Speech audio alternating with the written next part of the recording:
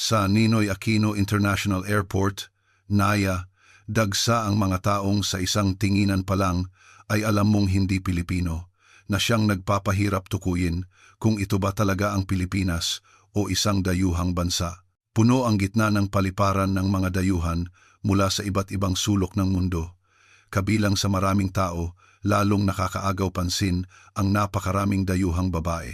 May mga sabi-sabi na ang mga babaeng nagmumula sa mga bansang kulang sa mga lalaki ay nag-iipon at nagbubuk ng flight buwan-buwan para lang makarating sa Pilipinas at makapag-asawa ng Pilipino. Ang pangunahing tauhan ng kuwento ngayon ay pumunta rin dito upang pigilan ang ganoong uri ng cross-cultural na pagpapakasal. Ngunit matapos siyang dumating sa Pilipinas, ang kanyang pananaw ay nagbago ng 180 degrees. Mula sa pagiging mahigpit na tumututol sa pagpapakasal sa isang Pilipino, sa huli ay nagdesisyon siyang manirahan sa bansang ito. Pakinggan natin ang kanyang kwento. Kumusta? Ako si Katya Kolesko, isang 30 taong gulang na bank manager mula sa Minsk, Belarus. Madalas akong sabihan na masyado akong optimistiko o sa kabilang banda masyadong praktikal sa buhay at pareho itong totoo. Matapos mamatay ang aking ama 10 taon na ang nakakaraan, nagsimula akong alagaan ang aking ina at ang aking sakiting na kababatang kapatid na babae. Pinili ko ang pananagutan kaysa sa aking mga pangarap, ang seguridad kaysa sa mga pakikipagsapalaran. Ang bawat desisyon sa aking buhay ay para sa aking pamilya. At ang kwento na ibabahagi ko sa inyo ngayon ay nagbago sa aking buhay ng lubusan. Pakitiyak na pakinggan nyo ito hanggang dulo. Ang taglamig sa Minsk ay laging mahaba. Isang gabi, sa kalagitnaan ng aking trabaho sa bangko, sumilip ako sa labas ng bintana at nakita kong bumabagsak ang yelo. Sa aking computer screen, lumabas ang video call mula kay Arina. Ang masiglang ngiti ng aking kapatid ay laging nagpapasaya sa akin, ngunit ngayon, tila mas matingkad ito kaysa karaniwan. Ate, may mahalaga akong balita, sigaw ni Arina sa screen na may labis na tuwa. Sumipsip ako ng kape, ngumiti, at nagtanong, anong ikinatuwa mo ng ganyan? Nakuha mo ba ang promotion? Sandaling tumahimik si Arina sa screen. Pagkatapos ay huminga siya ng malalim. Magpapakasal na ako. Nagdesisyon na si Sixto na magpakasal. Sa sandaling iyon, ang coffee mug sa aking kamay ay nahulog, kumalabog. Dali-dali kong kinuha ang tissue para punasan ito habang nagdududa sa narinig ko. Ano? Magpapakasal? 8 buwan pa lang kayong magkakilala ah. Ang mga mata ni Arina ay puno ng paninindigan. Ate, alam kong maikli lang iyon, pero si Sixto ang pinakamahusay at pinakamabait na lalaking nakilala ko. Ang pamilya niya ay tinatanggap ako na parang sarili nilang anak. Nalito ang aking isip. 3 taon nang nag-aaral at naninirahan sa Pilipinas ang aking kapatid bilang exchange student. Nang magtapos siya at nagdesisyon siyang magtrabaho at manirahan doon, pinayagan ko siya. Nang malaman kong may kasintahan siya, inakala kong iyon ay bahagi lang ng pag-aaral ng isang dalaga sa pag-ibig. Ngunit ngayon, ikakasal na sila. Arina, hindi ba't masyadong mabilis ito? Gaano mo siya kakilala? Ang kultura ng Pilipinas ay napakalayo sa atin. Nag-iba ang ekspresyon ng aking kapatid. Ate, bata pa ba ang tingin mo sa akin? Napakabuti ng pamilya ni Sixto. Taos-puso silang gumagalang sa akin at tinutulungan pa nga akong matuto ng Tagalog. Mas maalalahanin sila sa pamilya kaysa sa mga lalaking taga-Belarus at mas responsable. Pumasok sa isip ko ang larawan ng aking kaibigan, si Masha. Nagpakasal si Masha sa isang Italyano na nakilala niya sa isang cross-cultural dating website 2 taon na ang nakakaraan. Sa simula, ito ay parang isang fairy tale paglalakbay sa Europa, isang bagong buhay sa isang mayamang bansa at magagandang pangarap. Ngunit 6 na buwan matapos ang kasal, nagbago ang lalaki. Binugbog siya ng asawa niya at tinrato na parang isang magandang koleksyon na dinala mula sa silangang Europa. Ngayon, si Masha ay nagdurusa sa depression at kailangan pa ring magpagamot sa psychiatrista. Arina, Naalala mo ba ang kwento ko sa iyo tungkol kay Masha? Naalala mo ba kung gaano siya nasaktan? Ang cross-cultural na kasal ay mas mapanganib kaysa sa inaakala mo. Bumuntong hininga ang aking kapatid. Ate, hindi lahat ng cross-cultural na kasal ay tulad ng kay Masha. Masama lang ang lalaking iyon, pero si Sixto ay iba. At maraming babaeng taga-Belarus ang maligayang naninirahan sa Pilipinas. Lalong tumindi ang pag-aalinlangan sa aking puso. Sa Belarus, ang bilang ng mga lalaking nasa tamang edad para magpakasal ay mas maliit kaysa sa bilang ng mga babae. Maraming lalaki ang pumupunta sa ibang bansa para magtrabaho. At sa mga lalaking naiwan, marami ang nalululong sa alak o may problema sa trabaho. Sa ganitong sitwasyon, kaming mga babae mula sa silangang Europa ay madalas na tinitingnan bilang commodity sa cross-cultural marriage market. Arina, pakiusap. Pag-isipan mo itong mabuti. Ang pagpapakasal ay isang malaking desisyon na magpapabago sa iyong buhay. Sigurado ka ba na mabuti si Sixto? Kaya mo ba talagang manirahan sa Pilipinas habang buhay? Nagsimulang mamuo ang luha sa mga mata ni Arina. Akala ko, mauunawaan mo ako. Palagi mo akong sinusuportahan. Bakit mo pipigilan ang kaligayahan ko ngayon? Ang kanyang emosyon ay lalong tumindi. Ang aming pag-uusap ay lalong naging maigting. Akala ko, ginagawa ko ito para sa kaligayahan ng aking kapatid, ngunit pakiramdam ni Arina ay kinokontrol ko ang kanyang buhay. Arina, hindi ko gustong kontrolin ka. Nag-aalala lang ako, ilang babae na ba ang nakita kong pumunta sa ibang bansa para maghanap ng mas magandang buhay at bumalik na lang na may matinding sakit? Ate, magkaiba ang sitwasyon. Si Sixto ay hindi ganoon. Bakit hindi ka nagtitiwala sa akin? Matapos ang isang mainit na pagtatalo, sa huli ay pinatay ni Arina ang tawag na umiiyak. Ako naman ay bumuntong hininga ng malalim at napahawak sa aking ulo. Ang matigas na paraan bang ito ang pinakamahusay na magagawa ko? Ang aking kapatid ay laging ang aking sandigan, ang mahalagang bagay na dapat kong protektahan. Nang gabing iyon, habang pauwi ako para maghanda ng hapunan, may narinig akong sigaw mula sa kwarto ng aking ina. Dali-dali akong tumakbo at nakita kong hawak niya ang kanyang dibdib at nakahandusay sa sahig. Atake sa puso. Ang mga sandali ng pagtawag sa ambulansya at pagmamadali sa ospital ay tila ang pinakamahaba at pinakanakakatakot na sandali sa aking buhay. Sa kabutihang palad, naging stable ang kondisyon ng aking ina nang makarating kami sa ospital. Ang maputlang mukha niya sa patient's room ay nagwasak sa aking puso. Sa loob ng 10 taon matapos mamatay si tatay, ako at si Arina ay nabuhay para sa kanya. Itinabi ko ang aking pangarap na mag-aral sa universidad at nagtrabaho sa bangko, nagtatrabaho maghapon at magdamag para lang sa pag-aaral ng aking kapatid. Matapos umalis ang nurse, kaming dalawa lang ang naiwan sa silid. Sinabi ni nanay sa mahinang boses, "Katya, nabalisa ako sa inyong pag-aaway kanina." "Nay," nagulat ako. "Kasalanan ko ang lahat. Ako ang dahilan kung bakit ka nagkasakit ng ganito." Mahina siyang umiling. "Kasalanan ko. Masyado kitang binigyan ng responsibilidad, lalo na ang pagganap mo sa papel ng isang magulang." Dumadaloy ang luha sa aking pisngi. "Nay, huwag kang magsalita ng ganyan. Ginawa ko lang ang nararapat para sa pamilya." Hinawakan ng maputlang kamay ni nanay ang aking kamay. "Katya, alam ko na ang tungkol sa kasal ni Arina. Alam ko ang dahilan kung bakit ka nag-aalala, ngunit minsan, mas maganda kung makita mo mismo at makapagdesisyon ka para sa sarili mo." Pinag-isipan ko ang sinabi ni nanay. Ang pagmamahal at pag-aalala ko ba sa aking kapatid ay humahad lang sa kanyang kaligayahan? Sa paghusga lang sa mga narinig ko sa telepono, napakalayo ng Pilipinas para sa akin. Baka, kailangan ko talagang pumunta at tingnan ito ng personal. Nagningning ang mga mata ni nanay. "Tama iyan, anak. Palagi kang nagsasakripisyo para sa amin. Sa pagkakataong ito, para sa iyong kapatid at para na rin sa sarili mo, subukan mong maranasan ang bagong bagay. Tingnan mo kung ano ang naroon." Matapos manatili sa ospital ng 2 araw, naging stable ang kondisyon ni nanay at pinayagan siyang umuwi para magpagaling. Nag-file ako ng leave sa bangko.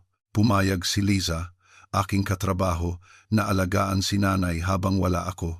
Ito ang unang pagkakataon sa loob ng 12 taon na umalis ako sa aking pamilya. Isang gabi bago ako sumakay sa eroplano patungo sa Pilipinas, nagpadala ako ng maikling text kay Arina. Nakarating na sa NAIA. Pag-usapan natin ang tungkol sa kasal mamaya. Mabilis na nag-reply ang aking kapatid na puno ng saya. Salamat ate. Ngunit hindi pa rin ako panatag. Ang pinakakinatatakutan ko ay kung niloloko nga si Arina, paano ko siya matutulungan? At kung ito ay isang masayang relasyon, paano ko tatanggapin na limitado pala ang aking pananaw sa mundo? Nang sumakay ako sa eroplano, ang aking puso ay puno ng pag-aalala, isang pakiramdam ng pagtulong sa aking kapatid at curiosity sa bagong mundo. Habang tinitingnan ko sa labas ng bintana ang Minsk na unti-unting lumiliit, naisip ko, marahil ang paglalakbay na ito ay hindi lang magtuturo kay Arina, kundi magtuturo rin sa akin ng isang bagay. Matapos ang 12 oras na paglipad, sa wakas ay nakatapak ako sa Ninoy Aquino International Airport, NAIA. Sa gitna ng mga dipamilyar na Tagalog na signage at mga nagmamadaling tao, huminga ako ng malalim, nagsisimula pa lang ang tunay na paglalakbay. Ang NAIA ay mas malawak kaysa sa inaakala ko at mas malinis din. Ang mahabang flight ay nakakapagod, ngunit ang kaayusan ng airport at ang mahusay na sistema ay humanga sa akin. Matapos magpasa ng pasaporte sa immigration, nagtanong ang opisyal ng mga simpleng tanong sa Ingles. Ang lahat ng proseso ay mabilis na natapos, na nakakagulat. Iba't ibang mundo pala ito. Bulong ko sa sarili, habang naghahanap ng entrance sa tren. Si Arina ay may mahalagang meeting ngayon, kaya't hindi niya ako masusundo ng personal. Ipinaliwanag niya ang ruta ng detalyado at sinabi sa akin kung paano bumili ng card na maaaring gamitin sa lahat ng pampublikong transportasyon. Sa simula ay nagduda ako. Ngunit habang nakasakay sa tren mula NAIA papuntang Maynila, ang mga tanawin sa labas ng bintana ay unti-unting nagbago sa aking maling pag-unawa. Ang city skyline ay puno ng skyscrapers. May mga berdeng burol sa pagitan, kasama ang Pasig River na nagniningning sa ilalim ng sikat ng araw. Ang lahat ay mukhang moderno at maayos. Pagdating ko sa istasyon ng LRT, ang pagpapalit ng tren ay nakakagulat din. Lahat ng signage, bukod sa Tagalog, ay may salin sa Ingles, Tsino at Hapon. Ang digital display system na naka-install sa buong istasyon ay nagpapakita ng real-time na pagdating ng susunod na tren sa Minsk, Belarus. Ang ganitong larawan ay hindi maiisip para makarating sa Bonifacio Global City, BGC, kung saan nakatira si Arina. Sumakay ako sa tren ng LRT. Tapos na ang rush hour, kaya't medyo tahimik sa loob ng train car, ngunit marami pa ring tao, nakaupo ng tahimik, hawak ang kanilang mga smartphone. Ang ganitong kapaligiran, kung saan iginagalang ng bawat isa ang espasyo ng iba, ay parehong bago at maginhawa. Sa sandaling iyon, isang lalaking nasa edad na lasing, ang humakbang papasok sa tren sa isang istasyon at umupo sa tapat ko. Ang amoy ng alak ay malakas. Ang kanyang lasing na tingin ay nakatutok sa akin. Bigla siyang nagsalita sa choppy na Ingles. Saan ka galing? Russia, Ukraine? Maikli akong sumagot. Belarus. Sinusubukang iwasan ang pag-uusap. Gayunpaman, ang lalaki ay hindi tumigil sa pagsasalita at dahan-dahang lumapit. Ang Belarus ay sikat sa ganda. Maganda ka rin. Bakit ka pumunta sa Pilipinas? May boyfriend ka na ba? Sumapit ang takot. Sa isang dayuhang bansa, hindi ko alam kung paano haharapin ang sitwasyong ito. Ang ibang mga pasahero ay tila napansin ang sitwasyon na nagpapakita ng pag-aalala, ngunit hindi sila direktang nakialam. Sinubukan kong lumipat ng upuan, ngunit hinawakan ng lalaki ang aking braso. Saan ka pupunta? Makipag-usap ka muna sa akin. Gusto mo bang uminom? Sa sandaling iyon, mula sa kabilang dulo ng train car, isang security guard ng tren na nakauniporme ang mabilis na lumapit. Nakakagulat, hindi ako humingi ng tulong, ngunit tila naramdaman niya ang sitwasyon. Sir, inistorbo niyo ang ibang pasahero. Pakibalik po sa inyong upuan. Sabi ng security guard ng tren sa matatag, ngunit magalang na tono. Lalo pang nag-eskandalo ang lasing at nagsimulang mag-ingay. Ano? Makikipag-usap lang ako sa dayuhan kong kaibigan. Nang lumala ang sitwasyon, mabilis na nagulat ang security guard ng tren sa intercom. Ang nakakagulat ay, pagdating namin sa susunod na istasyon, 2 pulis ang naghihintay na sa platform. Paano nangyari iyon? Ako ay labis na nagulat sa aking isip. Ang isa sa mga pulis ay kalmado, lumapit sa lasing, at pinamahalaan ang sitwasyon. Siya ay matangkad, maayos ang damit, at may malalim na boses. Nang magmatigas pa rin ang lasing, pinamahalaan niya ang sitwasyon sa matatag, ngunit hindi marahas na paraan. Sir, lasing na po kayo. Ihahatid po namin kayo pa uwi. Pakikooperasyon po. Nang alalayan ng kasamahan niya ang lasing, lumapit sa akin ang pulis na iyon at nagtanong sa matataas na Ingles, ayos lang po ba kayo? May nasaktan po ba sa inyo? Ako ay tumango. Ayos lang po ako, salamat. Nagulat lang ako sa mabilis ninyong pagtugon. Ngumiti siya at nagpaliwanag, may CCTV po sa loob ng tren. Sinusubaybayan ng control center ng real time. Kapag may nakitang di komportableng sitwasyon, mabilis po kaming tumutugon. Sinabi niya ang kanyang pangalan, Ton Ramos.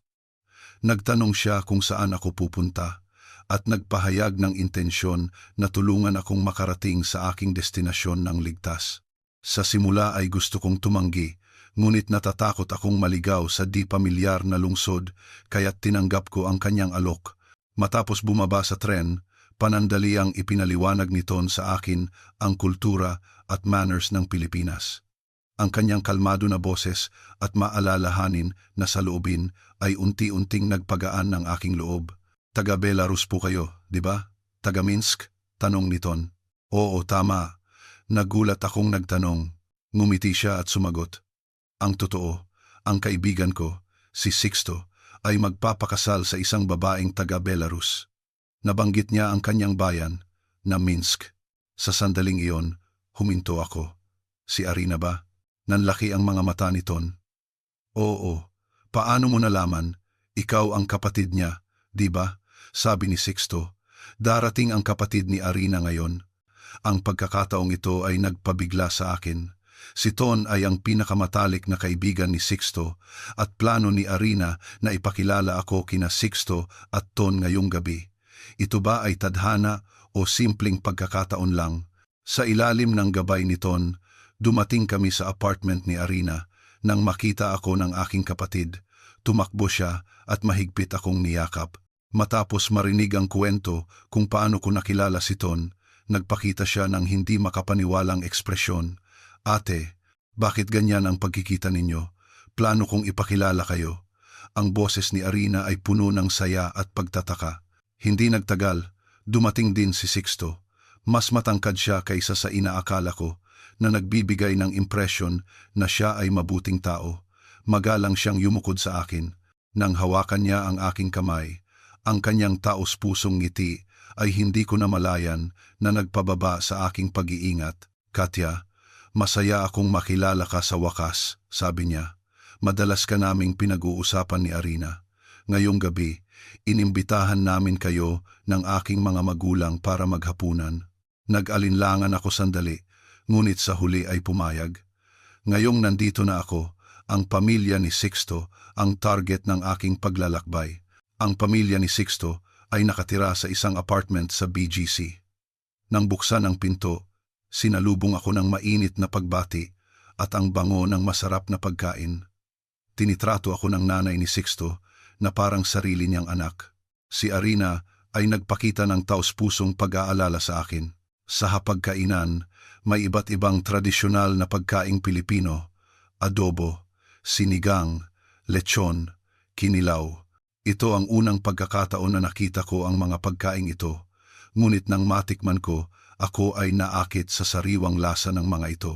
Lalo na ang pinakbet na niluto ng nanay niya, ang lasa ay nakakamangha. Habang kumakain, sinabi ng tatay ni Sixto nang may pag-iingat, Katya, Alam kong may dala kang pag-aalala.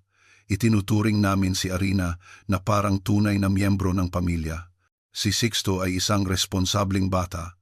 Sana ay pagkatiwalaan mo siya. Nang marinig ko iyon, ibinaba ko ang aking chopsticks at sinuri ng mabuti ang kanilang mga mukha. Ang naramdaman ko ay hindi pagkukunwari o pagpapanggap, kundi katapatan. Ang pag-aalinlangan sa aking puso ay unti-unting natunaw. Matapos maghapunan, naglakad-lakad kami sa Ayala Triangle Gardens. Kahit gabi na, marami pa ring tao ang nag-ehersisyo o nag-uusap sa parke. Ang partikular na nakakaakit ng aking pansin ay ang mga babaeng naglalakad mag-isa. Sa Belarus, napakadelikado para sa isang babae na lumabas ng mag-isa sa ganitong oras. Tumango si Sixto. Ang Pilipinas ay hindi perfect, pero ang seguridad ay isa sa pinakamahusay sa mundo, lalo na sa Maynila. Habang tinitingnan ko ang tanawin ng parke na nagniningning sa ilalim ng kalangitan sa gabi, lalo akong nalito. Iba ito sa inaasahan ko. Ang mahusay na pampublikong transportasyon, ang malinis na kalsada, ang ligtas na kapaligiran. Higit sa lahat, si Sixto at ang kanyang pamilya ay tunay na nagmamahal at nagpapahalaga kay Arina. Ngunit may tanong pa rin sa aking isip, kailangan ba talagang manirahan ang aking kapatid sa banyagang bansang ito habang buhay? Nang maisip ko ang aking ina sa Belarus, ang aming bayan, at ang lahat ng alaala na ibinahagi ko kay Arina, nakaramdam ako ng kalungkutan sa aking puso. Habang pabalik sa hotel, naghihintay si Ton sa akin matapos siyang magtrabaho. Sabay kaming naglakad, natural na parang matagal na kaming magkaibigan. Ang kanyang matatas na pagsasalita ay nagpagaan ng aking loob. Ang Pilipinas ba ay tulad ng inaakala mo bukod sa impresyon mo? Tanong niya. Direkta akong sumagot. Mas maganda kaysa sa inaasahan ko, ngunit hindi pa rin ako lubos na panatag. Ngumiti si Ton na nagpapakita ng pag-unawa. Siyempre, ito ay tungkol sa pamilya. Matutulungan kitang mag-tour sa Maynila sa susunod na 2 araw para mas maintindihan mo ang Pilipinas. Nang magpaalam kami sa lobby ng hotel, pinag-isipan ko ang aking karanasan ngayon. Ang Pilipinas ay talagang iba sa mundo na alam ko. Anong magiging buhay ko at ni Arina sa hinaharap? Sa sandaling iyon, hindi ko maiisip. Matapos ang 1 linggo sa Pilipinas, unti-unti akong nag-adjust sa bilis ng buhay dito. Sa pananatili sa apartment ni Arina, mas malapit kong naobserbahan ang kanyang pang-araw-araw na buhay. Tuwing umaga, ang aking kapatid ay pumapasok sa trabaho na puno ng enerhiya at kumpiyansa. Nang marinig ko siyang nakikipag-usap sa kanyang mga kasamahan sa Tagalog sa telepono, hindi ko maiwasang humanga. Ang tahimik at mahiyain na kapatid na kilala ko ay tila naglaho. Dito, siya ay nagbago ng lubusan. Ate, dadalhin tayo ni Ton para makita ang Intramuros at Luneta Park ngayon. Nag-contact siya kahapon, sabi ni Arina habang nag-aalmusal. Nang marinig ko ang pangalan ni Ton, ang aking puso ay bumilis ng hindi maipaliwanag. Mula nang mangyari ang insidente sa tren, madalas siyang dumadalaw sa amin, dinadala kami sa iba't ibang lugar sa Maynila. Ang kanyang matatalinong salita at maalalahanin na saloobin ay laging nagpapahanga sa akin. Bilang isang pulis, siya ay may mataas na responsibilidad, ngunit kasabay nito, siya ay may kabaitan at sense of humor. Ayon sa napagkasunduan, dumating si Ton sa tamang oras. Naghanda ako para sa kanya. Ngayon ay araw niya ng pahinga. Ang kanyang karaniwang maayos na uniforme ay napalitan ng kaswal ngunit disente na damit. Hindi ko namalayan na sinuri ko siya ng detalyado. Ngayon, mararanasan mo ang kasaysayan ng Pilipinas, sabi ni Ton na nakangiti. Ang Intramuros, Walled City, ay isang eleganteng Spanish-style architecture na matatagpuan sa gitna ng mataong lungsod ng Maynila. Ang mga makukulay na palamuti ng gusali at ang masalimuot na wooden structure ay malinaw na kaibahan sa mga modernong skyscrapers sa paligid. Ipinaliwanag ni Ton ng detalyado ang kasaysayan ng fort at ang mga kwento ng mga bayani ng Pilipinas. Maraming mga Filipino artifact ang ipinakita dito, na mga kayamanan ng kultura ng Pilipinas. Ang kanyang paliwanag ay hindi lang isang tour guide, kundi puno rin ng pagmamahal at pag-unawa sa kasaysayan ng kanyang bansa. Habang nakikinig ako sa kanyang paliwanag, bigla kong naisip, gaano ba ang alam ko tungkol sa kasaysayan ng Belarus? Marahil masyado akong nag-focus sa mga practical problem ng buhay na napabayaan ko ang mayamang kultura at kasaysayan ng sarili kong bansa. Habang nagla-lunch, tinikman namin ang mga Filipino delicacy at dessert sa isang tradisyonal na Filipino restaurant sa malapit. Sa gitna ng maaliwalas na bango ng pagkaing Pilipino, unti-unting lumalim ang aming pag-uusap. "Katya, ano ang trabaho mo sa Belarus?" tanong ni Ton. "Manager ako sa bangko." "Ako ang nagbabantay sa personal loan department," sagot ko. "Napakahalagang posisyon niyan. Gusto mo ba ang trabaho mo?" Ang tanong na ito ay nagpabigla sa akin. Gusto ko ba ang trabaho ko? Na-realize ko na hindi ko pa pala na itanong iyon sa sarili ko. Matapos mamatay si tatay, para lang masuportahan ang pamilya, kailangan kong magtrabaho. Para lang sa responsibilidad, hindi ko masabing gusto ko ito. Ito ay isang bagay na kailangang gawin. Masasabi kong ito ay kailangang gawin kaysa sa gusto ko.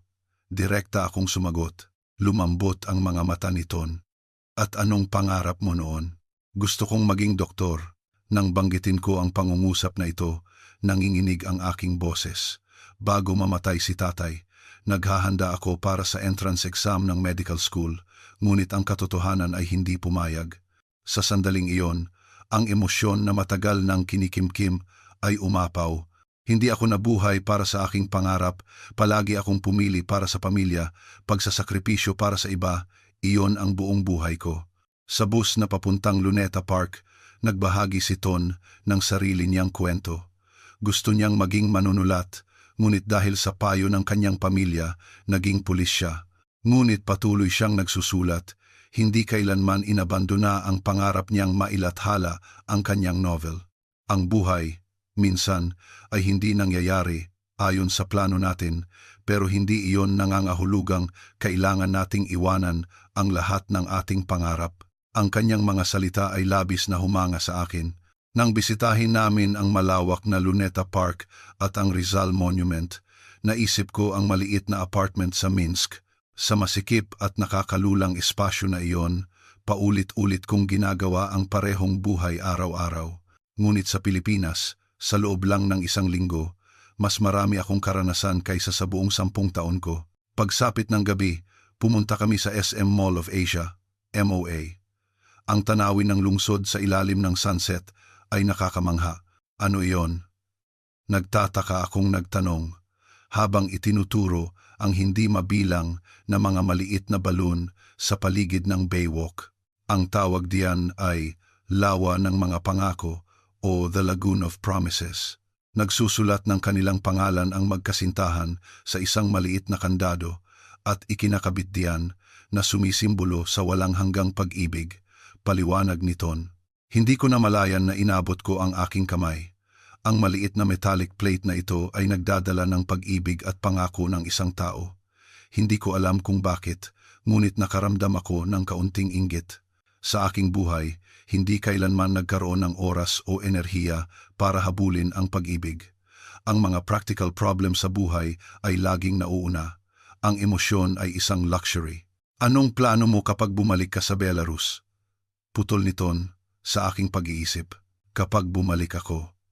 Nagsimula akong magsalita, ngunit bigla akong huminto. Pagbalik ko, wala namang nagbago, kundi bumalik sa bangko, bumalik sa nakakasuffocate na buhay na iyon.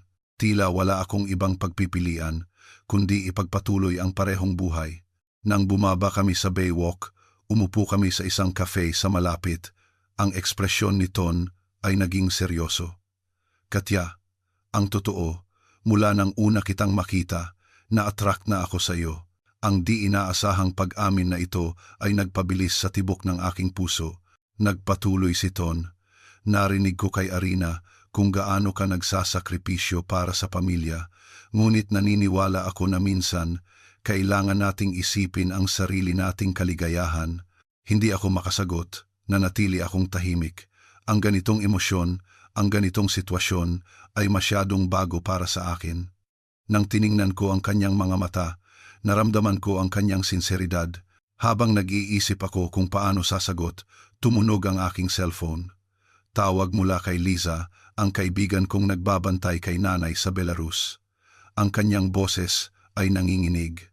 Katya, lumala na naman ang kalagayan ng nanay mo. Nasa ospital na siya. Bigla akong giniginaw. Ang balita na lumala ang kalusugan ni nanay ay nagpawalang saysay sa aking isip. Ang ideya na kailangan kong umuwi agad ay pumasok sa aking ulo. Naiintindihan ko. Uuwi ako agad. Matapos patayin ang telepono, tumingin ako kay Ton nang nalilito, hindi makapagsalita. Anong nangyari? Tanong niya na may pag-aalala. Nagkasakit si nanay. Nasa ospital, kritikal, nanginginig ang boses ko. Agad na tumayo si Ton, inilagay ang isang maliit na kahon pabalik sa kanyang bulsa. Kahit anong mangyari, tutulungan kita. Tingnan natin ang mga plane ticket. Habang pabalik sa hotel, si Ton ay laging nasa tabi ko. Habang ipinapaliwanag ko ang sitwasyon kay Arina at nagbubook ng plane ticket, binigyan niya ako ng malaking suporta. Ang kanyang kapayapaan at konkretong tulong ay nagpapanatili sa akin sa aking sukdulan. Nang magpaalam kami sa lobby ng gabing iyon, seryoso ang ekspresyon ni Ton. Ano man ang desisyon mo, susuportahan kita. Kung gusto mong bumalik, hihintayin kita dito. Nang marinig ko iyon, namuo ang luha sa aking mga mata. Sa Belarus, hindi ko pa naranasan ang ganitong pakiramdam. May isang taong nauunawaan ang aking sitwasyon at sumusuporta sa akin ng walang kondisyon. Nagbigay ito sa akin ng ginhawa na hindi ko pa naramdaman. Nang bumalik ako sa aking kwarto at nag-impake, ako ay nasa isang komplikadong emosyon. Ang pag-aalala para kay nanay, ang pag-iisip tungkol sa kasal ng aking kapatid, at ang aking nararamdaman para kay Ton, ang lahat ay magulo. Habang tinitingnan ko ang tanawin ng Maynila sa gabi sa labas ng bintana, na-realize ko na sa maikling panahon na ito, nagsimula akong isipin ang aking sarili, ang aking buhay. Ang karanasan dito ay nagbabago sa akin. Kinabukasan ng umaga, hinatid ako ni Arina sa airport. Sa harap ng departure hall, mahigpit akong niyakap ng aking kapatid. Ate, anong tingin mo sa kasal namin ni Sixto? Maingat na tanong ni Arina. Nag-isip ako sandali. Pagkatapos ay taos-pusong sumagot. Sa simula, nag-alala talaga ako. Pero ngayon, kung masaya ka, masaya ako. Mukhang mabuting tao si Sixto. Namuo ang luha sa mga mata ni Arina. Salamat ate. Maraming salamat talaga. Bago ako sumakay, dumating din si Ton sa airport. Sa kanyang kamay ay may hawak siyang isang maliit na gift box. Ito ay Filipino herbal tea para sa nanay mo. Sabi nila ay maganda sa kalusugan, sabi niya nang may hiya. Sa sandaling iyon, tiyak kong mayroon akong espesyal na nararamdaman para sa lalaking ito. Kahit hindi ko alam kung babalik pa ba ako o kung ito na ang huling paalam, isang bagay ang malinaw. Ang maikling paglalakbay na ito sa Pilipinas ay nagbago sa aking buhay magpakailanman. Nang lumipad ang eroplano, habang tinitingnan ko sa labas ng bintana ang Maynila na unti-unting lumiliit, ang naghihintay sa akin ay isang mahalagang desisyon, ang responsibilidad na alagaan si nanay, ang pagtanggap sa kasal ng aking kapatid, at marahil ang pagkakaroon ng lakas ng loob para sa sarili kong kaligayahan. Ang paglalakbay pabalik sa Belarus ay mas magaan ang aking kalooban kaysa noong pumunta ako dito. Kahit nag-aalala ako sa kalusugan ni nanay, sa kaibuturan, may isang matapang na ideya ang nabuo. Marahil, maaari kong pag-isipan na lumipat sa Pilipinas. Ang ideyang ito, na sa simula ay mahina, ay unti-unting lumilinaw habang papalapit ang eroplano sa Minsk. Ang hangin sa Minsk ay mas malamig at mas mabigat kaysa sa Maynila. Matapos ang 2 oras na paglipad, tumapak ako sa aking bayan. Dali-dali akong pumunta sa ospital. Nang makita ko ang maputlang mukha ni nanay sa kwarto, napigil ang aking hininga. Kahit hawak niya ang aking kamay at ngumiti ng mahina sa akin, nabasa ko ang mas malalim na pagod sa kanyang mga mata. Katya, bumalik ka. Kumusta si Arina? Ang boses ni nanay ay napakahina. Ayos lang po si Arina, nay. Huwag po kayong mag-alala. Mahigpit kong hinawakan ang kamay niya. Matapos makipag-usap sa attending physician, luminaw ang sitwasyon. Patuloy na lumalala ang heart function ni nanay. Kailangan niya ng specialized treatment. Ang limitasyon ng sistema ng medisina ng Belarus, iyon ang diretsong opinyon ng doktor. Nang gabing iyon, umupo ako sa isang upuan sa patient room, tinitingnan ang natutulog na katawan ni nanay at nagsimula akong mag-isip. Ang isang linggong paglalakbay sa Pilipinas ay umikot sa aking isip. Ang pag-uusap namin ni Ton, ang init ng pamilya ni Sixto, at ang lahat ng posibilidad na nakita ko, isang ideya ang lumitaw. Marahil, ito ay isang senyales mula sa tadhana, para sa paggaling ni nanay at para sa sarili kong bagong buhay lumipat sa Pilipinas. Kinabukasan ng umaga, medyo bumuti ang kalagayan ni nanay. Nagdesisyon ang doktor na pauwiin na siya para magpagaling. Nang makabalik kami sa bahay, naglakas loob ako at maingat na ipinaliwanag ang aking ideya kay nanay. Nay, gusto ko pong makipag-usap sa inyo tungkol sa Pilipinas. Umupo ako sa tabi niya sa kama. Ang Pilipinas ay iba sa inaakala ko. Ang sistema ng medisina doon ay isa sa pinakamahusay sa mundo. Mabait sina Sixto at Arina, nagpatuloy ako.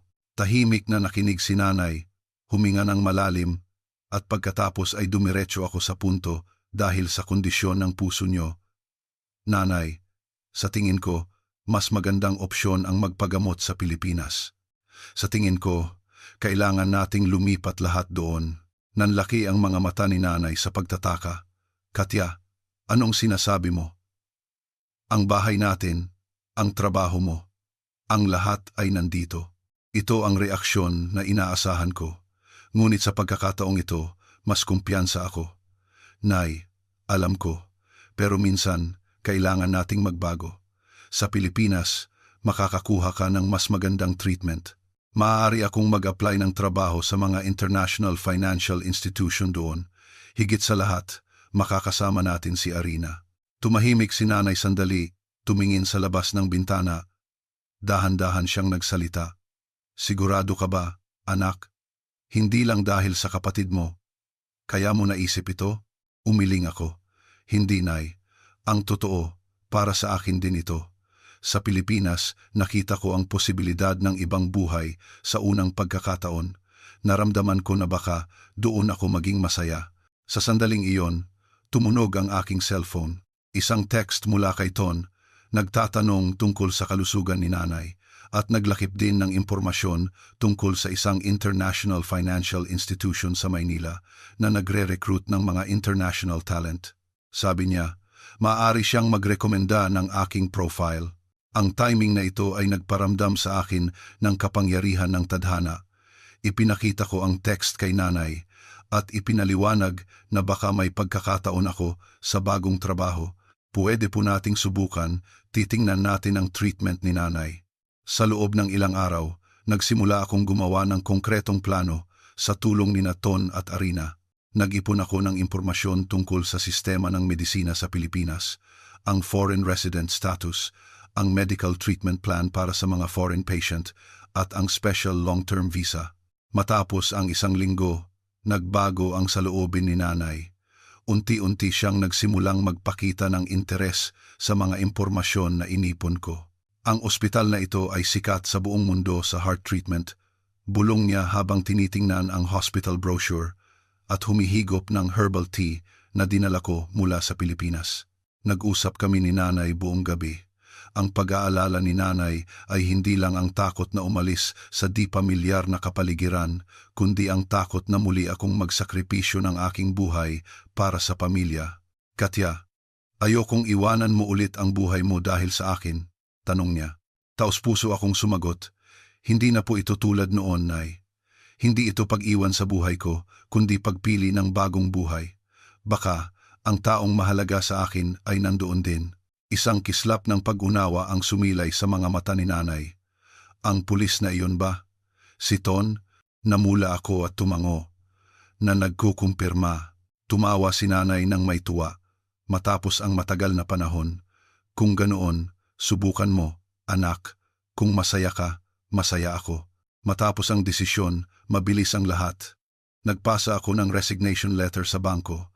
Ang international financial institution na inirekomenda ni Ton ay nakatanggap ng aking profile at nakakagulat na binigyan ako ng interview opportunity. Tinitingnan nila na mahalaga ang aking karanasan sa market ng Belarus at silangang Europa. Sa araw ng interview, umupo ako sa upuan ng may kaba. Kahit gumagamit ako ng di pamilyar na Ingles, sinubukan kong ipakita ang aking sinserong pag-unawa at sigasig para sa Pilipinas. Dumating ang magandang balita matapos ang 2 linggo. Ako ay napili bilang manager ng East European Business sa Maynila branch.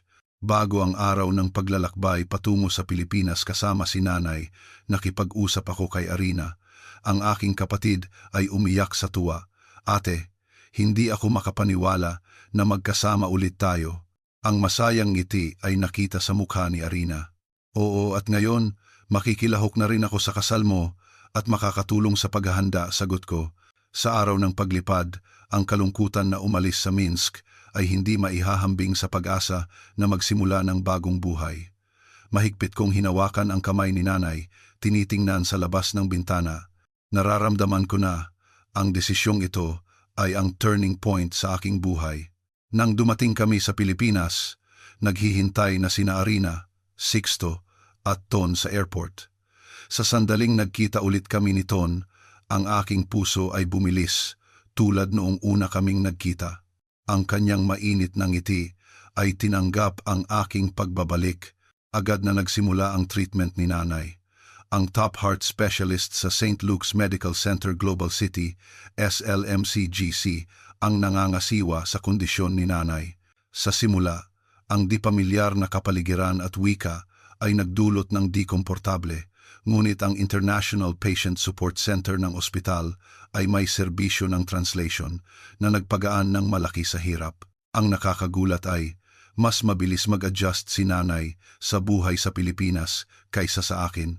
Sa parke malapit sa ospital, nakakilala siya ng mga matatandang Pilipino na marunong magsalita ng Ruso. Nag-ehersisyo sila tuwing umaga. Ang doktor ay masaya rin sa pagbuti ng kalagayan ni nanay. Ako naman ay unti-unti ring nag-adjust sa bagong work environment. Kahit sa simula ay may mga hirap dahil sa pagkakaiba ng wika at kultura, ang pag-aalala ng aking mga kasamahan at ang sarili kong pagsisikap ay unti-unti kong nalampasan ang mga hadlang.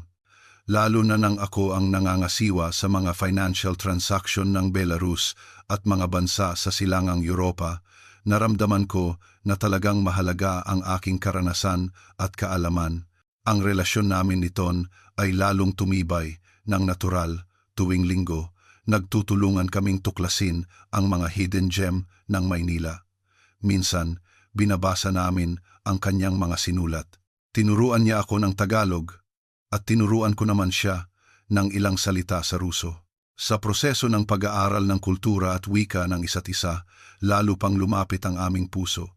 Matapos ang 6 na buwan sa Pilipinas, naganap ang kasal ni Arina at Sixto. Ito ay isang magandang fusion ng tradisyon ng Pilipino at estilo ng kanluranin. Ako at si nanay ay nakaupo sa unang hanay, tinitingnan ang masayang nobya. Si Arina ay eleganteng naglakad papasok sa isang Filipiniana gown, parang isang prinsesa sa fairy tale. Ang ganda talaga ng aking maliit na anak, sabi ni nanay na umiiyak. Nang makita ko ang malaking pagbuti sa kalagayan ni nanay, lalo akong nakumbinsi na tama ang desisyon na ito. Tumingin ako sa paligid ng kasal. Ngayon, ang lugar na ito ay puno ng mga taong naging bagong pamilya namin, ang mga magulang ni Sixto, ang kanyang mga kaibigan, at si Ton. Ilang buwan lang ang nakaraan, hindi ko kailanman naisip ang bagong taon na ito. Sa gitna ng reception, tahimik na lumapit sa akin si Ton. Mahina niyang hinawakan ang aking kamay at dinala ako sa garden. Sa ilalim ng kalangitan sa gabi, inabot niya sa akin ang isang maliit na kahon. Nang buksan ko, may magandang singsing sa loob. Hindi pa ito isang marriage proposal, Katya. Ito ay isang pangako lang. Gusto kong gumugol ng mas maraming oras sa iyo. Ang boses ni Ton ay mainit at taos puso. Hindi ako makapagsalita sa aking pagkamangha. Sa dayuhang bansang ito, Nakatanggap ako ng di inaasahang regalo, ang kalusugan ni nanay, ang kaligayahan ng aking kapatid, at ang pag-ibig sa sarili kong buhay. Nang isuot ko ang singsing na iyon, naramdaman ko ang tunay na kaligayahan sa unang pagkakataon. Ang pagpili sa sarili kong kaligayahan ay maaaring maging isang pagpapala para sa buong pamilya. Ang pagsasakripisyo ay hindi na ang tanging paraan para magpakita ng pagmamahal. Ang lakas ng loob na hanapin ang sarili mong kaligayahan ay isa ring anyo ng pagmamahal. Mahigpit kong hinawakan ang kanyang kamay. Walang duda sa aking isip, ang Pilipinas ay hindi na isang dayuhang bansa. 6 na buwan matapos iyon, isang umaga, habang naghahanda akong pumasok sa trabaho, nakatanggap ako ng text mula kay Ton. "Free ka ba mamayang gabi? May importante akong gustong pag-usapan." Ang maikling text na ito ay nagpabilis sa tibok ng aking puso. Ang relasyon namin ni Ton ay naging stable sa loob ng ilang buwan, ngunit hindi pa niya ako naiimbitahan sa isang formal na pag-uusap na tulad nito. "Oo, free ako." "Bakit?" Sumagot ako na may pag-aalala sa aking puso. "Walang mabigat. Gusto ko lang pag-usapan ang tungkol sa hinaharap. Magkita tayo sa restaurant sa tabi ng Pasig River, 7 p.m. Buong araw, lutang ang aking isip. Napansin ng aking mga kasamahan ang aking pagkalutang na nagbiro pa kung makakatanggap ba ako ng singsing. Kahit ngumiti ako at tumanggi. Sa kaibuturan, talagang ninais ko ang posibilidad na ito. Halos 1 taon na kaming magkakilala ni Ton. Ang kanyang kabaitan, katalinuhan at sigasig sa buhay ay labis na nakakaakit sa akin. Sa tabi niya, naramdaman ko ang seguridad at sense of belonging na hindi ko pa naramdaman. Higit pa rito, hinikayat niya ako na habulin ang sarili kong pangarap. Nagsimula akong maging volunteer sa isang non-profit organization na may kaugnayan sa medisina, na nag-uugnay muli sa medical dream na napilitan akong iwanan noong bata pa ako. Nag-explore kami ni Ton ng bawat sulok ng Maynila, mula sa mataong Divisoria hanggang sa tahimik na Tagaytay. Ang bawat paglalakbay ay nagbubukas ng bagong pananaw sa lungsod na ito. Habang lumilipas ang oras, ang Pilipinas ay hindi na isang dayuhang bansa, kundi naging tahanan ko na talaga. Matapos magtrabaho, umuwi ako para magpalit ng damit. Agad na napansin ni nanay ang aking emosyon. Mas maganda na ang kanyang kondisyon kaysa noong nasa Belarus pa siya. Rosas ang kanyang pisngi at masigla. "Mukhang excited ka ngayon, nak. May date kayo ni Ton?" Ngiti ni nanay. Tumango ako nang nahihiya. Sabi niya, may importante raw siyang gustong pag-usapan. May hula ako kung ano iyan, kindat ni nanay. "Tandaan mo, anuman ang gawin niya, makinig ka lang sa puso mo." Nang suotin ko ang dress na pinili ko ng maingat, dumating ako sa restaurant sa tamang oras, 7 p.m. Naghihintay na si Ton doon. Naka-formal suit siya na hindi ko pa nakikita na nagpapaganda sa kanya kaysa karaniwan. Sa mesa, may isang pulang rosas at isang maliit na velvet box. Nang makita ko ang kahon, halos tumigil ang aking puso. "Ito ba talaga ang marriage proposal? Napakaganda mo." Tumayo si Ton at hinila ang upuan para sa akin. "Salamat sa pagdating." Ang hapunan ay naging maayos. Nag-usap kami tungkol sa trabaho, pamilya, at sa movie na kakapanood lang namin, ngunit naramdaman ko na medyo kinakabahan si Ton. Paminsan-minsan, sumusulyap ang kanyang mata sa maliit na kahon. Matapos dumating ang dessert, huminga ng malalim si Ton at dinampot ang kahon. "Katya, ang pagkakilala sa iyo ang pinakamagandang bagay na nangyari sa buhay ko. Sa loob ng halos 1 taon, lalo akong nakumbinsi na ikaw ang taong gusto kong makasama habang buhay." Binuksan niya ang kahon. Sa loob, may nagniningning na diamond ring. "Will you marry me, Katya?" Namuo ang luha sa aking mga mata. Matagal ko nang hinintay ang sandaling ito at tila dumating ito ng masyadong mabilis. Ang walang hanggang kaligayahan ay umapaw sa aking puso. Ang aking mga labi ay bumukas, handa nang sabihing, "Oo, asawahin kita." Agad na tumunog ang aking cellphone. Si Arina ang tumatawag sa normal na sitwasyon. Hayaan ko sanang pumasok ang tawag sa voicemail, ngunit sinabi sa akin ng aking instinct na mahalaga ang tawag na ito. Pasensya na. Kailangan kong sagutin. Sinabi ko kay Ton ng may panghihinayang. Naunawaan niya at tumango. Ate, narinig ko ang hikbi ni Arina. Si nanay, hinimatay siya. Nasa St. Luke's Medical Center na siya ngayon. Sabi ng doktor, kritikal ang kondisyon. Agad na gininaw ang aking spinal cord. Dali-dali kong ibinaba ang telepono. Tumingin ako kay Ton nang nalilito. Hindi makapagsalita. Anong nangyari? Tanong niya na may pag-aalala. Si nanay, hinimatay siya. Nasa ospital, kritikal, nanginginig ang boses ko.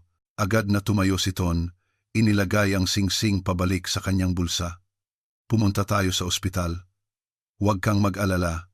Ang sagot ay pwedeng maghintay.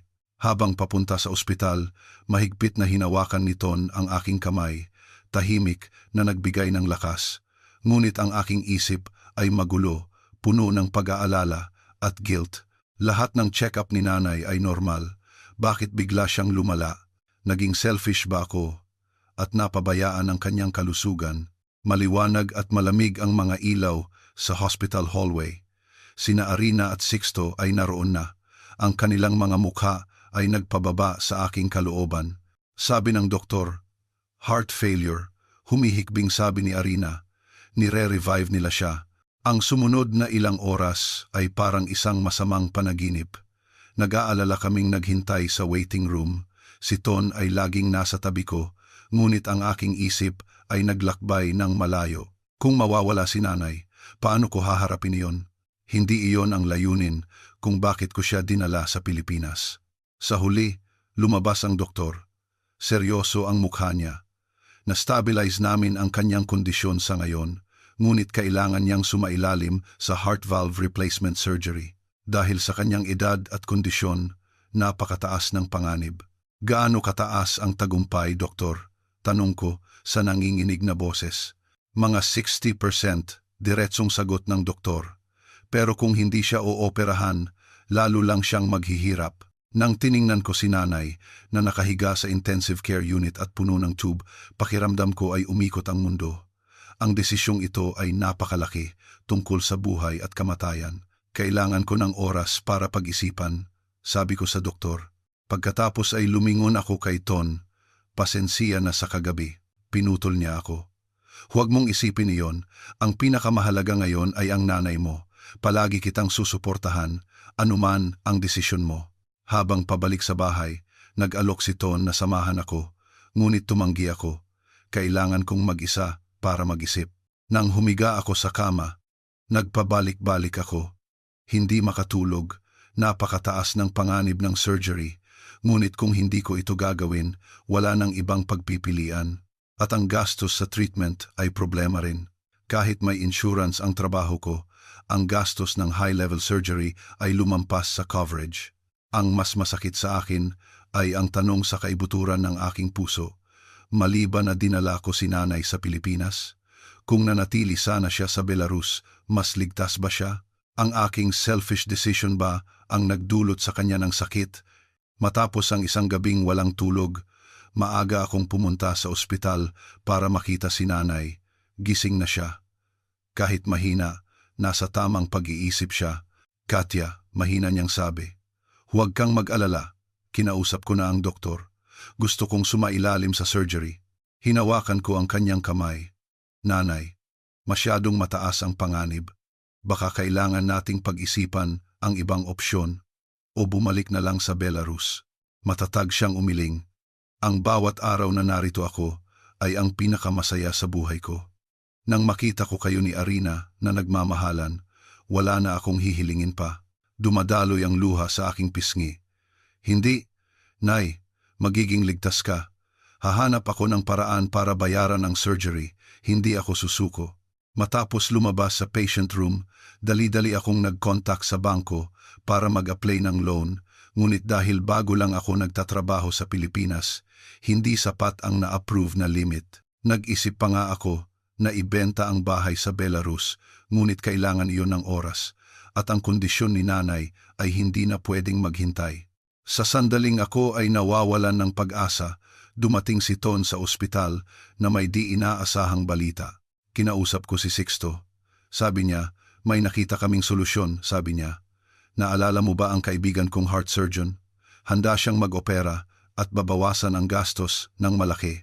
At ang tatay ni Sixto ay miyembro ng hospital board. Mag-apply siya ng special fund para makatulong. Tiningnan ko siya ng tulala. Paano iyon nangyari? Sa Pilipinas, mahalaga ang pamilya. Katya, sabi nito ng may kabaitan, ikaw, si Arina, at ang nanay mo, bahagi na kayo ng pamilya namin. Hindi namin hahayaan na harapin mo ito ng mag-isa. Sa sandaling iyon, niyakap ko si Ton. Umiyak ako ng walang tigil. Ang ganitong uri ng pag-ibig at suporta ng walang kondisyon ay isang bagay na hindi ko inakala na matatanggap ko. Ang araw ng surgery ay itinakda sa loob ng 1 linggo. Sa panahong ito, tumira ako sa ospital para makasama si nanay. Si Ton ay dumadalaw araw-araw, nagdadala ng pagkain, libro at walang katapusang suporta. Sina Arina at Sixto ay nagpapalitan sa pagbabantay na tinitiyak na hindi nag-iisa si nanay. Gabi bago ang surgery, matapos umalis ang lahat, hinawakan ni nanay ang aking kamay. Ang kanyang mga mata ay nagniningning sa karunungan. Katya, anuman ang mangyari bukas, gusto kong malaman mo na ang pagpunta sa Pilipinas ang pinakamahusay na desisyon na ginawa ko. Nang makita ko kayo ni Arina na nagmamahalan, wala na akong hihilingin pa. Huminto siya sandali. Nag-propose sa iyo si Ton, di ba? Nanlaki ang mga mata ko. Paano mo nalaman? Ngumiti si nanay. Nanay ako. Alam ko ang lahat. Sumagot ka na ba? Mahina akong bumulong. Hindi pa. Gawin mo, sabi ni nanay nang may kumpiyansa. Mabuting tao siya. Papasayahin ka niya. Karapat-dapat kang magkaroon ng sarili mong buhay at kaligayahan. Kinabukasan, tumagal ng 6 na oras ang surgery. Iyon ang pinakamahabang paghihintay sa aking buhay. Si Ton ay laging nasa tabi ko, hawak ang aking kamay, tahimik na nagbigay ng lakas. Sa huli, lumabas ang doktor sa operating room, pagod ngunit nakangiti. Matagumpay ang surgery. Ang nanay niyo ay isang tunay na fighter, tiyak na gagaling siya. Nang marinig ko ang balita, nanghina ang aking mga tuhod. Sa kabutihang palad, inalalayan ako ni Ton. Ang tuwa, kaluwagan, at pasasalamat ay umapaw. Nang gabing iyon, sa isang maliit na parke, malapit sa ospital, sinabi ko kay Ton ang aking sagot sa kanyang proposal. Ang sagot ko ay, oo, pakakasalan kita. Ang krisis na ito ay nagpaintindi sa akin kung gaano kababasagin ang buhay at kung gaano kahalaga ang pag-ibig. Isang maliwanag na ngiti ang sumilay sa kanyang mukha. Kinuha niya ulit ang singsing at maingat na isinuot sa aking daliri.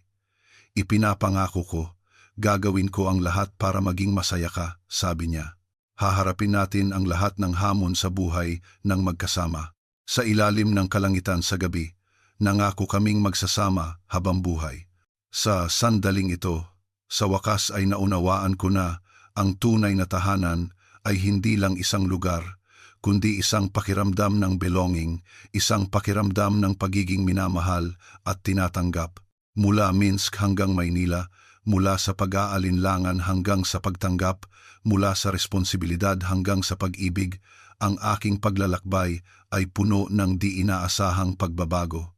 Ngunit ang bawat hakbang ay nagdala sa akin sa mas maganda at mas mabuting buhay. Sa ilalim ng araw ng Pilipinas, sa yakap ng mga mahal sa buhay, sa wakas ay naunawaan ko na minsan, ang pinakamalaking pakikipagsapalaran ay ang paghahanap sa sarili mong kaligayahan at ang pinakamalaking lakas ng loob ay ang pagpapahintulot sa sarili mong mahalin. Matapos ang saya ng kasal, unti-unting bumalik sa normal ang bagong buhay. Ako at si Ton ay bumili ng isang maliit na apartment sa tabi ng Pasig River, malapit sa bahay ni Nanay at Arina. Ang apartment ay hindi malaki, ngunit may balcony na nakaharap sa ilog. Sa gabi, maaari naming panoorin ang nagniningning na tanawin ng Maynila. Ito ang dream home ko, sabi ko kay Ton, nang unang araw naming lumipat. Niyakap niya ako at nagsabi, basta't kasama kita, kahit saan ay tahanan na. Ang unang taon ng pagpapakasal ay puno ng pag-adjust at pagtataka. 2 taong nagmula sa magkaibang kultura, ang nagsasama ito ay parehong matamis at mapaghamon. Kailangang mag-adjust si Ton sa aking direktang paraan ng pagpapahayag ng taga-Belarus at kailangan kong maintindihan ang reserved at indirect communication style ng Pilipino. Sa kultura namin minsan, ang ay, pwede na ay nangangahulugang sobrang okay, paliwanag ni Ton minsan.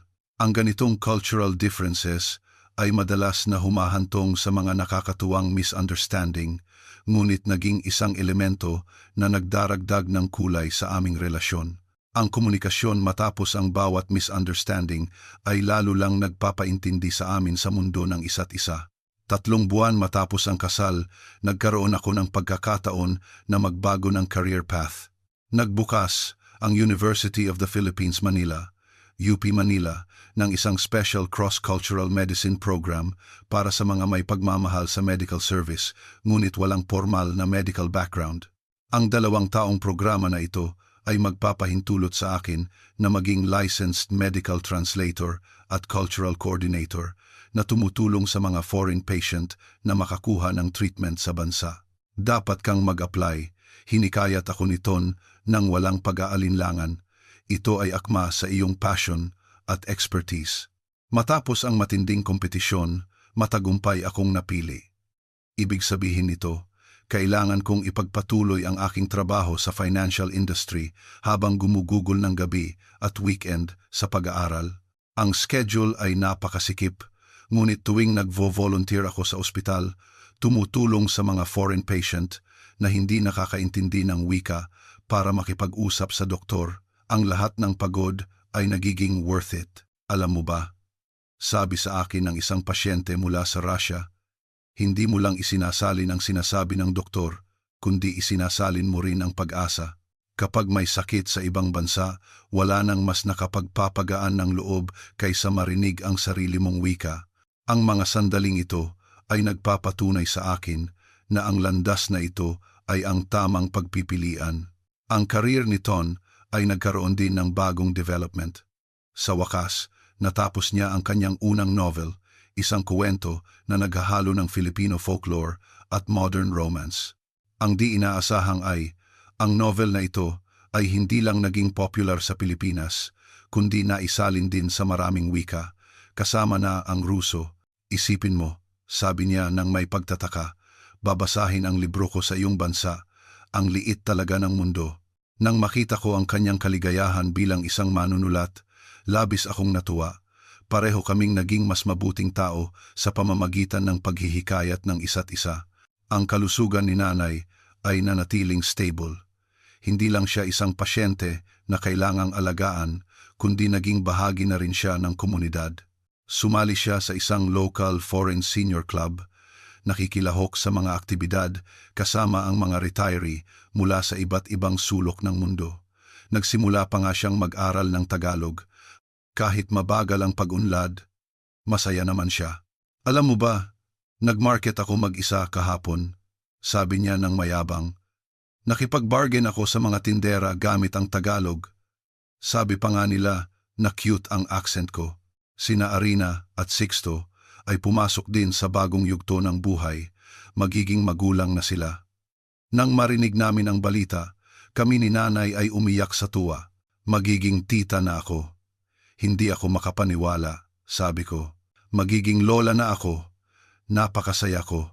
Sobrang tuwa ni nanay. Sino ang mag-aakala na magkakaroon ako ng apo sa Pilipinas? Sa panahon ng pagbubuntis ni Arina, mas kailangan niya ng kasama kaysa dati. Kami ay nagpapalitan sa pag-aalaga sa kanya, dinadala siya sa check-up at naghahanda ng mga gamit para sa sanggol. Ang dalawang tradisyon ng pagpapalaki ng bata ang Pilipino at ang taga-Belarus ay madalas na nagbabanggaan sa aming mga pag-uusap na nagdudulot ng tawanan at malalim na pag-iisip. Sa Belarus, naniniwala kaming hindi dapat manood ng horror movie ang buntis kundi matatakot ang bata, seryosong sabi ni nanay. Sa Pilipinas, naniniwala kaming hindi dapat gumamit ng gunting ang buntis, kundi magkakaroon ng defect ang bata, Seryoso ring sagot ng nanay ni Sixto. Si Arina, nakikinig sa mga kuwentong ito, ay ngumiti lang at umiling. Sa tingin ko, ang anak ko ang magiging pinakaprotektadong bata na may pagpapala mula sa dalawang kultura. Sa paghihintay sa mga bagong buhay na ito, madalas kong isipin ang aking sariling hinaharap. Nag-uusap din kami nito tungkol sa plano na magkaroon ng anak. Ngunit nagdesisyon kaming maghintay pa ng 1 o 2 taon, hintayin muna matapos ang aking medical training. Marami pa tayong oras, laging pinapagaan nito ang aking loob. Tapusin mo muna ang career dream mo. Ang kanyang pag-unawa at suporta ay nagpapasalamat sa akin ulit sa tadhana na nagdala sa akin sa tabi niya. 2 buwan bago ang aming anniversary, nakatanggap ako ng isang espesyal na surprise. Ang aking application ay napili para sa Community Health Promotion Program ng isang sikat na ospital sa Maynila. Ito ay isang part-time job na nagpapahintulot sa akin na gumamit ng free time para makilahok sa medical-related work na nag-uugnay muli sa medical dream na iniwan ko noong bata pa ako. Kita mo, sabi ni Ton nang may tuwa, ang buhay ay laging puno ng posibilidad. Baka muling buhayin mo ang medical dream mo. Ang kanyang mga salita ay nagpapatanto sa akin na marahil hindi pa talaga huli ang lahat. Sa aming unang anniversary, dinala ako ni Ton sa restaurant sa tabi ng Pasig River, ang lugar kung saan kami unang nag-date. Nang umupo kami sa parehong mesa, ang lahat sa paligid namin ay tila hindi nagbago, ngunit alam namin na hindi na kami ang dating tao. 1 taon na ang nakakaraan, muntik na akong mag-propose sa iyo dito, ngiti ni Ton na naaalala. Tapos, naputol ng tawag, ang tadhana ay laging may plano. Hinawakan ko ang kanyang kamay. Ang krisis na iyon ay nagpatibay sa aming nararamdaman. Matapos maghapunan, naglakad-lakad kami sa tabi ng ilog. Mahina ang simoy ng hangin sa gabi, dumampi sa mukha. Ang mga ilaw ng Maynila ay nagre-reflect sa tubig, parang mga bituin na bumagsak sa mundo. Kung babalik ang oras, pipili ka ba ng iba? Bigla siyang nagtanong. Huminto ako. Tiningnan ang kanyang mga mata ng seryoso. Hindi, kahit alam ko, nahaharapin ko ang lahat ng hirap at kawalang katiyakan, pipiliin ko pa ring pumunta sa Pilipinas, pipiliin kong makilala ka, pipiliin ko ang lahat ng ito. Niyakap niya ako ng mahigpit, bumulong sa aking tainga. Ako ang pinakamaswerte, dahil sa iyong lakas ng loob, narating mo ako. Habang pauwi, nakatanggap ako ng text mula kay Arina. Nagsisimula na siyang mag-labor at papunta na sa ospital. Agad kaming nagbago ng ruta, nagmamadali sa ospital. Nang dumating kami, naghihintay na si Sixto sa harap ng delivery room. Si nanay ay tahimik na nakaupo sa tabi. Nagdarasal, kumusta siya? Nag-aalala akong nagtanong. Sabi ng doktor, normal naman, pero kailangan ng oras. Sagot ni Sixto na nanginginig ang boses sa tuwa. Ang sumunod na ilang oras ay naghihintay kami. Bumili si Ton ng kape at sandwich. Si nanay ay hindi tumigil sa paggawa ng baby blanket, ito ang bagong skill na kakakuha lang niya. Bandang 3:17 a.m., isang iyak ng sanggol ang sumira sa katahimikan ng ospital. Hindi nagtagal, lumabas ang nurse at nag-anunsyo. Lalaki, malusog, ligtas ang nanay at bata. Nang pinayagan kaming pumasok sa patient room, nakita ko si Arina, pagod ngunit masaya, yakap-yakap ang maliit na sanggol. Tumingin siya sa amin, isang maliwanag na ngiti ang sumilay sa kanyang mukha. Tingnan niyo ang inyong apo, mahina niyang sabi. Mikhail, nagdesisyon kaming bigyan siya ng pangalan na parehong taga-Belarus at Pilipino. Nang maingat kong binuhat ang bagong buhay na ito, isang di maipaliwanag na emosyon ang umapaw sa aking puso. Ang maliit na buhay na ito ay nag-uugnay sa 2 kultura, 2 kasaysayan. Ito ay isang bagong simula para sa aming pamilya. Welcome to the world, Mikhail. Bumulong ako.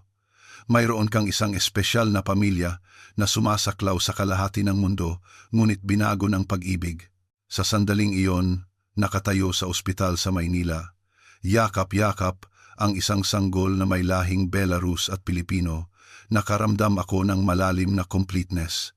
Ang buhay, minsan, ay hindi nangyayari ayon sa plano natin, ngunit mas madalas, binibigyan tayo nito ng mas magagandang surprise. Nang makabalik kami sa bahay ng madaling araw, ang liwanag ng araw ay sumikat sa living room. Ako at si Ton ay nakasandal sa sofa, nag-enjoy sa sandaling iyon ng kapayapaan. Anong iniisip mo? Tanong niya nang makita akong nag-iisip. Iniisip ko ang magic ng buhay, sagot ko. Pumunta ako sa Pilipinas para kumbinsihin si Arina na huwag magpakasal sa isang Pilipino. Ngayon, ako mismo ang nagpakasal sa isang Pilipino. Ang buong pamilya ko ay lumipat dito at may apo pa akong ipinanganak sa Pilipinas. Tumawa si Ton. Minsan, iniisip nating tayo ang nagdedesisyon, pero ang totoo, ang desisyon na iyon ang naghuhubog sa atin. Tama siya. Ilang taon na ang nakakaraan, pumunta ako sa Pilipinas para pigilan ang kasal ng aking kapatid.